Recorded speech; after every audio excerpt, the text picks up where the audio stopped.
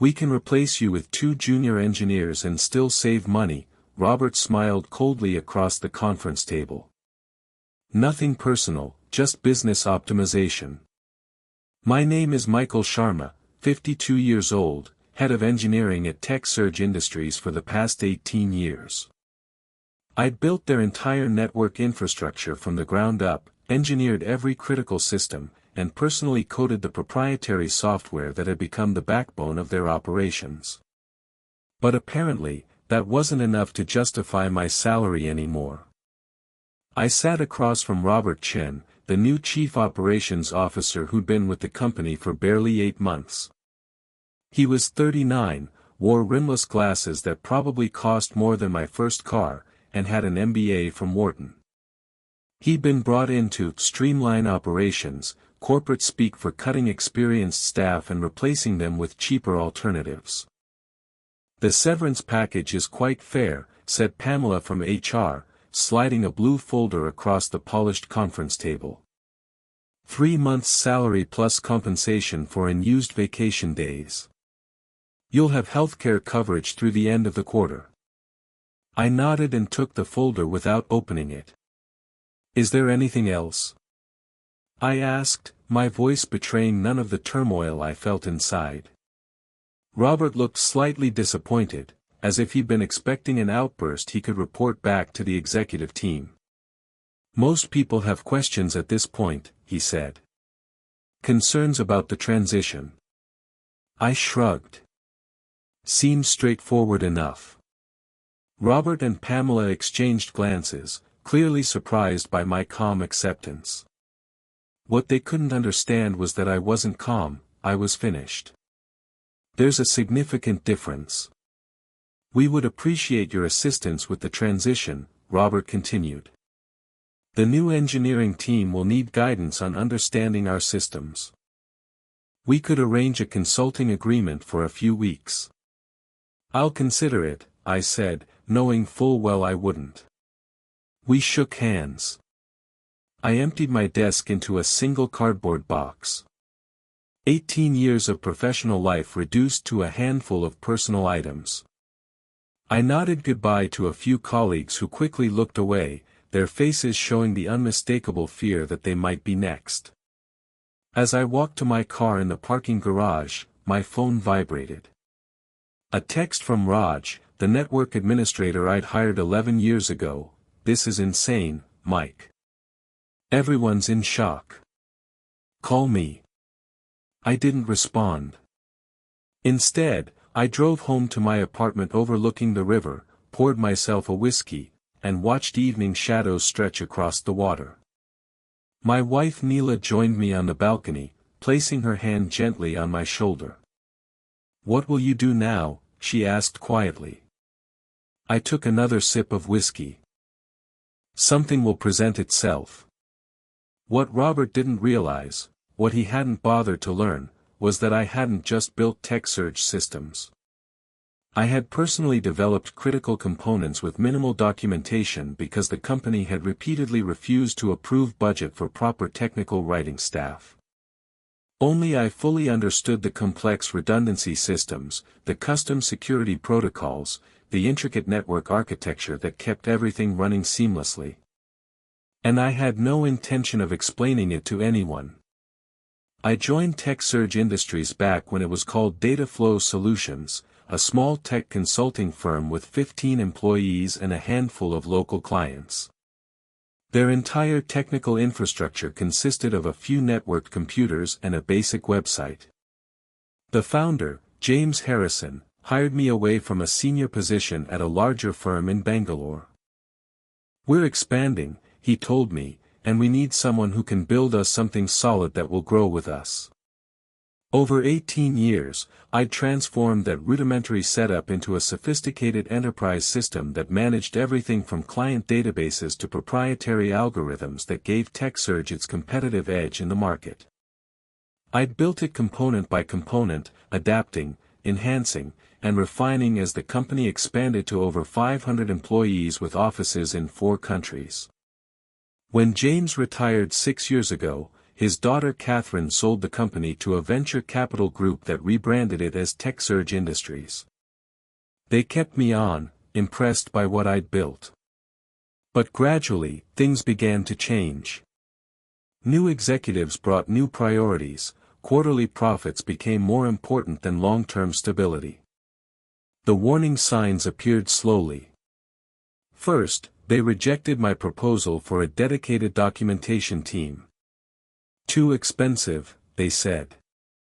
We'll reconsider next quarter. That quarter never arrived. Then they started bringing in consultants, young MBA types who talked about disrupting tech solutions and leveraging cloud synergies.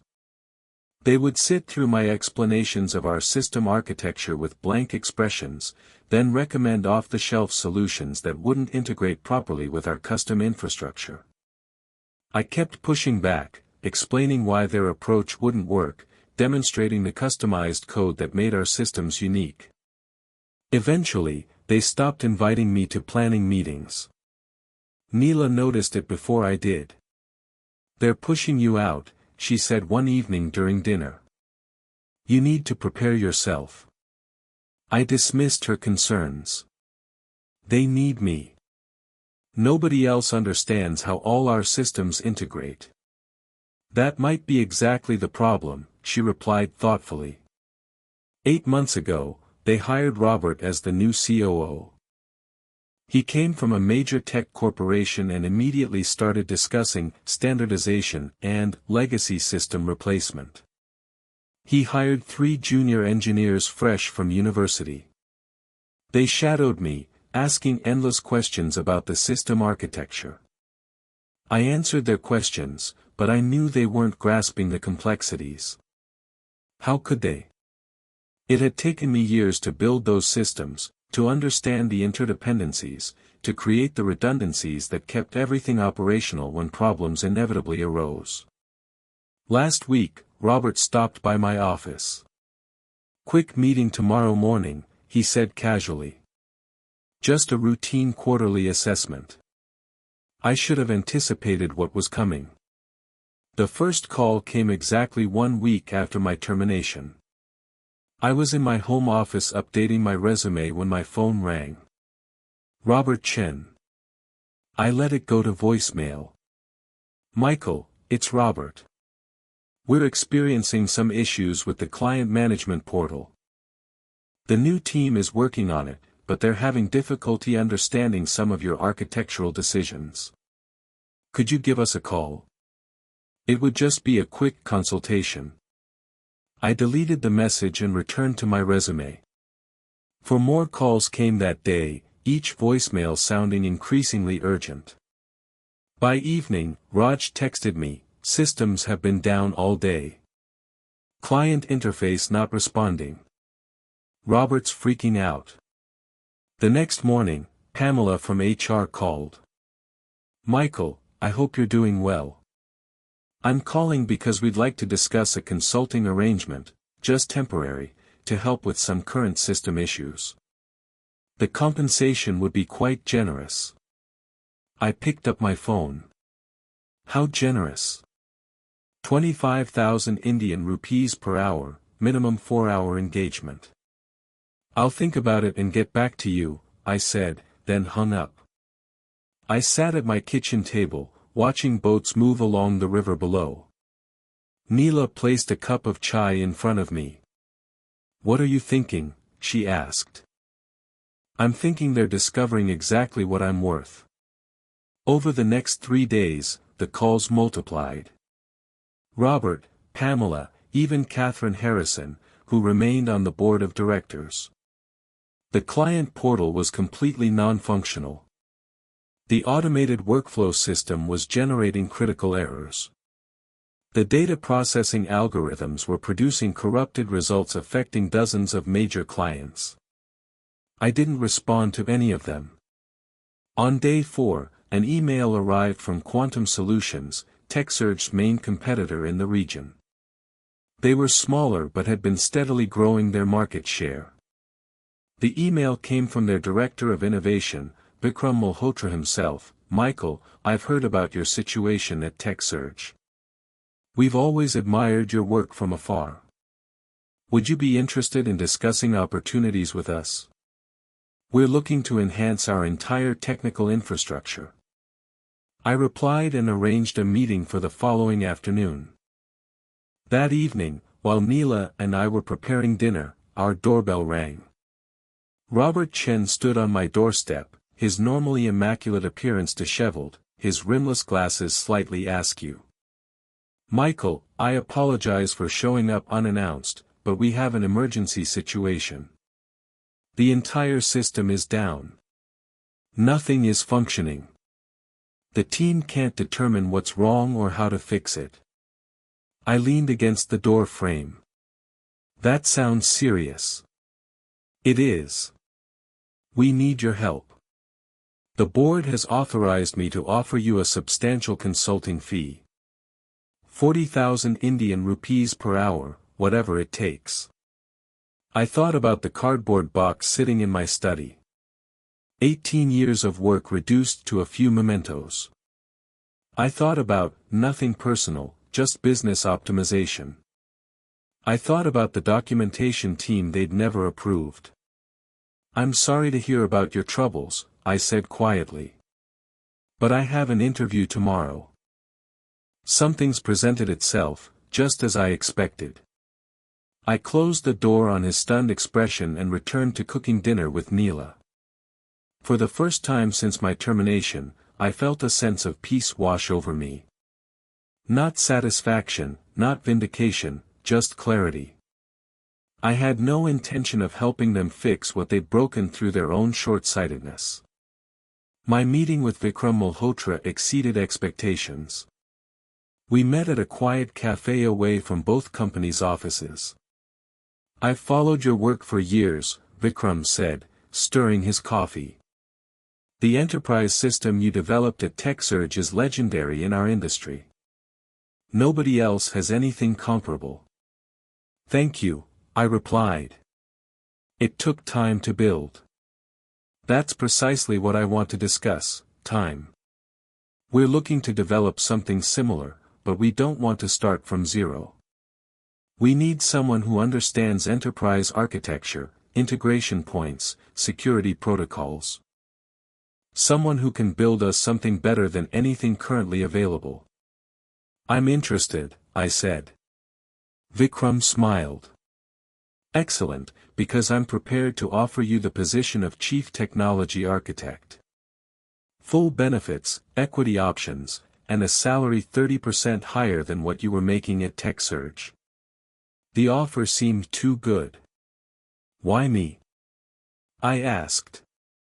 There are younger engineers available, less expensive ones. Vikram laughed. You sound exactly like your former employer. We tried that approach. Hired 4 brilliant young engineers from top universities. They built us something modern and elegant that crashes whenever we exceed 200 concurrent users. We don't need inexpensive, we need reliable. I accepted the offer the next day. Meanwhile, TechSurge's problems were escalating. Raj kept me updated through occasional messages. The system had been partially restored, but critical functions continued to fail unpredictably. They'd brought in an expensive consulting firm specializing in legacy system recovery. 2 weeks after I started at Quantum Solutions, Robert called again. Michael, please, this situation is becoming critical. We've lost access to client data from the past quarter. Major clients are threatening to terminate their contracts. The consulting team says they need your insight on the database structure. Something made me answer this time. Robert, I'm employed elsewhere now. Exclusive contract. I'm afraid I can't help you. We'll triple whatever they're paying you for just 3 days of your time. It's not about the money. Then what is it about? Revenge? Are you enjoying watching us struggle? I considered my answer carefully. No, Robert, I'm not enjoying it. But you made a business decision. You determined my experience wasn't worth the cost. Now you're discovering what that actually means. The board wants to discuss bringing you back. Full salary plus a substantial signing bonus. For a moment, I felt a flicker of satisfaction, but it quickly faded. Returning would solve nothing. The same executives who decided I was expendable would simply wait for another opportunity to reduce costs. I appreciate the offer, but I've made a commitment to Quantum Solutions. Robert's voice hardened. You should know there could be legal implications if we discover you intentionally made our systems difficult to maintain. Non-compete clauses, intellectual property concerns. There it was, the threat I'd been expecting. The system is precisely as it was when the company repeatedly denied my requests for a documentation team, I replied evenly. Every line of code belongs to TechSurge as specified in my employment contract. I've taken nothing except my experience. Feel free to have your legal team contact mine. I ended the call with hands slightly shaking, not from fear, but from anger I hadn't allowed myself to feel until that moment. The accusation that I had somehow sabotaged them was the final insult. At Quantum Solutions, I was starting fresh, building systems properly from the beginning with comprehensive documentation, training programs for the engineering team, and redundancies that would prevent the kind of catastrophe TechSurge was experiencing. I wasn't looking backward anymore, but I also wasn't going to help them recover from their mistake. Some lessons must be learned through experience. 6 weeks after joining Quantum Solutions, I received an unexpected visitor in my new office. Raj, my former network administrator, stood awkwardly in the doorway holding a laptop bag. "Got time for lunch?" he asked. Over biryani at a nearby restaurant, Raj filled me in on the chaos at TechSurge. "It's worse than you imagine," he said, lowering his voice despite the noisy lunchtime crowd. "They've lost access to historical client data going back 2 years. The backup systems are corrupted somehow. The consulting firm is saying they might need to rebuild from scratch." I wasn't surprised. The backup system had multiple redundancies and security protocols that needed to be followed precisely. Skip one step in the procedure, and the entire process would fail in a way designed to protect sensitive client data from unauthorized access. "That's not all," Raj continued. "I found something while trying to help the consultants understand the authentication system. Robert had been planning your termination for months. He'd been meeting with the board, convincing them that your custom infrastructure was too expensive to maintain." "How do you know this?" Raj opened his laptop and showed me a series of emails he'd discovered in the system archives, correspondence between Robert and the board discussing the legacy staff reduction plan and specifically naming me as the primary target. He told them they could replace you with less expensive engineers and transition to standard solutions within 6 months, Raj explained. He projected cost savings of over 2 crore rupees annually. I read through the emails, feeling strangely detached. One line from Robert stood out: "Sharma's custom systems are unnecessarily complex. He's made himself indispensable by design, not necessity." "There's more," Raj said. "The venture capital firm that owns TechSurge is planning to sell. They've been preparing for over a year. Robert was brought in specifically to reduce costs and make the company appear more profitable before the sale." Suddenly everything made sense: the push for standardization, the resistance to proper documentation, the sudden focus on reducing senior staff expenses. It wasn't about improving the company. It was about dressing it up for a quick sale. "Why are you showing me this?" I asked. Raj closed his laptop. "Because I resigned yesterday, and I'm not the only one. Half the engineering department has left. The consultants are estimating at least 8 months to restore full functionality, possibly longer. He hesitated. And because TechSurge's largest client, SyncTech Systems, is considering terminating their contract. They've lost confidence in the system reliability. I considered the implications. SyncTech represented nearly 35% of TechSurge's revenue. Losing them would be devastating, especially with a sale pending. What will you do now? I asked. Raj grinned. Actually, I was hoping Quantum Solutions might need a skilled network administrator. That afternoon, I spoke with Vikram about bringing Raj on board. He agreed immediately.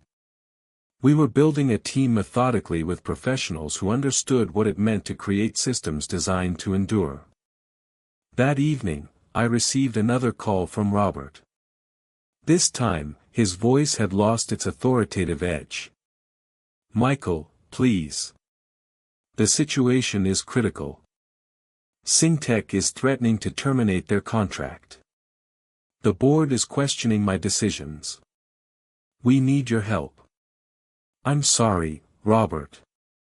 I can't help you. Name your price. Anything.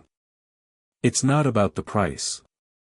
It's about respect for experience, for the effort required to build something properly the first time. The line was silent for a moment. You knew this would happen, he said finally. You knew exactly what would break and when. No, Robert. I simply knew what I had built and what it took to maintain it. Information I attempted to share many times. I ended the call feeling neither triumph nor regret, just the quiet certainty that some lessons can only be learned through failure. The opportunity arrived sooner than anticipated. 3 months into my role at Quantum Solutions, Vikram called me into his office. I just finished a call with Amar Singh, he said, referring to the CEO of SyncTech Systems.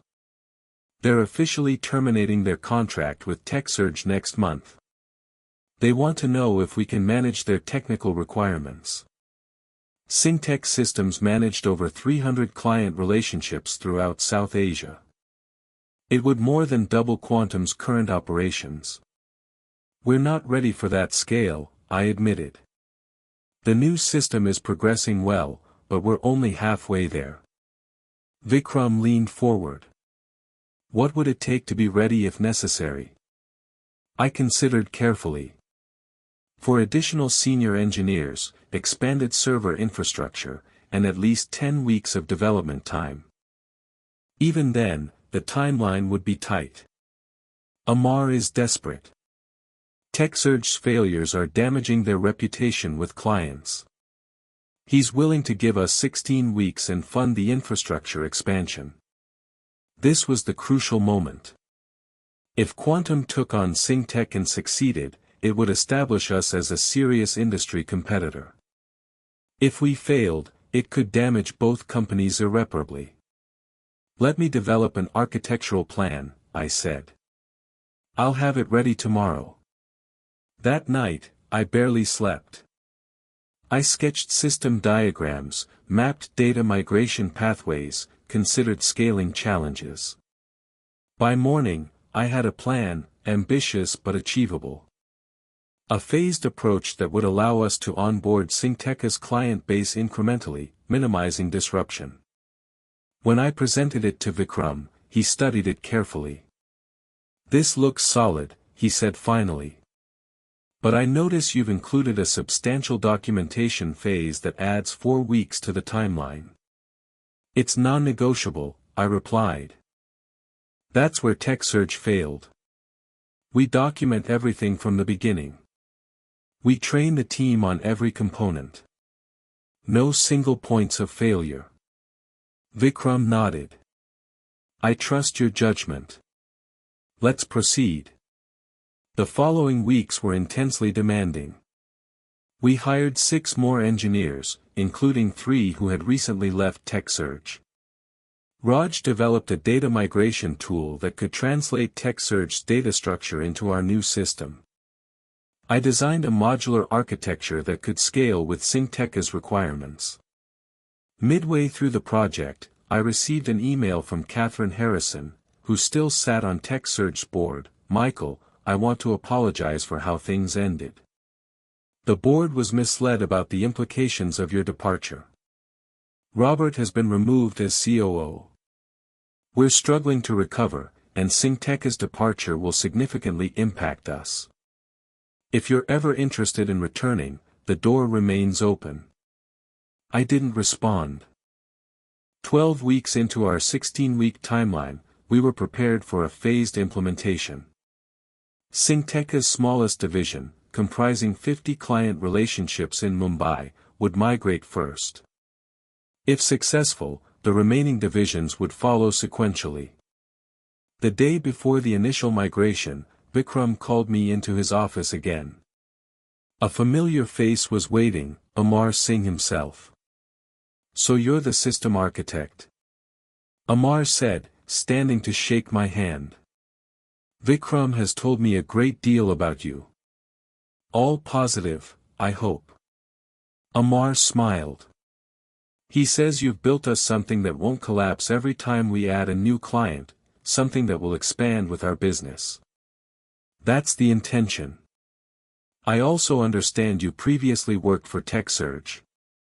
I nodded, uncertain of his direction. "They're in serious trouble," he continued. "The venture capital firm is trying to sell, but with Syngtech departing and their systems still not fully functional, they're not finding many interested buyers." He paused. "Except one." "Who?" I asked, though I suspected the answer. "Quantum Solutions," Vikram said. "We're considering making an offer at a substantial discount to their valuation 6 months ago." I looked between them, processing the implications. "If that happens," Amar continued, "we'd want someone who understands both companies to manage the integration. Someone who could salvage what's valuable from TechSurge's infrastructure while transitioning everything to your new architecture." "Are you asking if I'd be willing to oversee that?" I clarified. Vikram nodded. "Only if the acquisition proceeds, and only if you're comfortable with the assignment." I considered the irony. The systems I'd built, the people I'd trained, the company that had discarded me, all potentially coming back under my direction. "I'd be willing," I said finally. "But I have one condition. We do it properly. Complete documentation, thorough training, no shortcuts." "Agreed," Vikram said. "We've learned that lesson." As I walked back to my office, I felt no vindication, no desire for revenge, just the simple satisfaction of knowing that quality work done properly ultimately speaks for itself. 6 months later, I stood in the lobby of what had once been TechSurge Industries headquarters.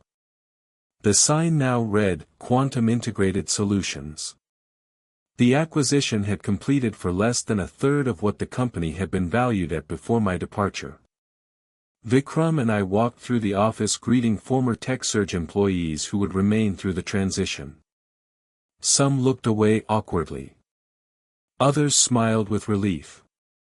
A few, those who had worked closely with me over the years, nodded with quiet understanding. Robert was gone, along with most of the executive team that had approved my termination. Catherine Harrison had stayed as a consultant, helping ease the transition with legacy clients. When we reached the server room, my former domain, I paused. Through the glass, I could see the hardware I'd specified, the blinking lights of systems I'd designed. "Want to go in?" Vikram asked. "No need," I replied. "We'll be migrating everything to the new infrastructure anyway." In the main conference room, the remaining TechSurge staff had gathered for the announcement. Vikram introduced me as the Chief Integration Officer who would oversee the technical transition. "Many of you already know Michael," he said. "He built the original systems that ran this company for nearly 2 decades. Now he'll guide us through integrating both companies' technologies into something better than either had before. As I looked at the faces, some familiar, some new, I felt no triumph, no desire to say, "I told you so." What would be the point? Instead, I spoke briefly about the transition plan, the timeline, and the support that would be available to everyone during the process. I emphasized that no one would be terminated due to cost-cutting measures. The irony wasn't lost on anyone present. 1 year after the acquisition, Quantum Integrated Solutions had become one of the leading technical solutions providers in South Asia. The migration was complete, with all clients now operating on the new system I designed, fully documented, properly staffed, and functioning seamlessly. On a warm spring morning, I drove to the office for a final meeting with Vikram. The trees along the river had burst into vibrant green, a fitting backdrop for the conclusion of this chapter. "The board approved your proposal," Vikram said as soon as I sat down. "The technical education division will launch next quarter. You'll have complete autonomy to design the curriculum and hire instructors." This had been my condition for remaining after the integration was completed, not a higher title or increased compensation, but the creation of a division dedicated to training the next generation of systems engineers and architects, teaching them not just how to code, but how to build things designed to last. "Thank you," I said. "That means a great deal." "No, thank you," Vikram replied. "What you've built here is remarkable, not just the technology, but the culture surrounding it, the documentation, the knowledge sharing, the emphasis on quality over expedient solutions." Later that afternoon, I cleared my integration office. Unlike my hasty departure from TechSurge, this was a planned transition to my new role. As I packed my belongings, Catherine Harrison knocked on the door. "Do you have a moment?" she asked. We walked to the small garden outside the building. "My father asked about you," she said. "He's retired in Goa now, but still follows company news. He was pleased to hear you were back, in a manner of speaking." "How is James?" I asked. "Well. Enjoying life." Catherine paused. "He always said letting you go would be the greatest mistake this company could make. It seems he was correct." I nodded, unsure how to respond. "I learned something important from all this," Catherine continued. "Value isn't always visible until it's gone." As I drove home along the river, I reflected on value, of experience, of care invested, of doing things properly the first time, of systems built to endure, and the people who build them. I hadn't sought revenge. I hadn't needed to. I'd simply moved forward, building something better, something that would outlast any individual decision or short-term thinking. Sometimes the most effective response to being undervalued is simply to demonstrate your worth elsewhere and allow the results to speak for themselves.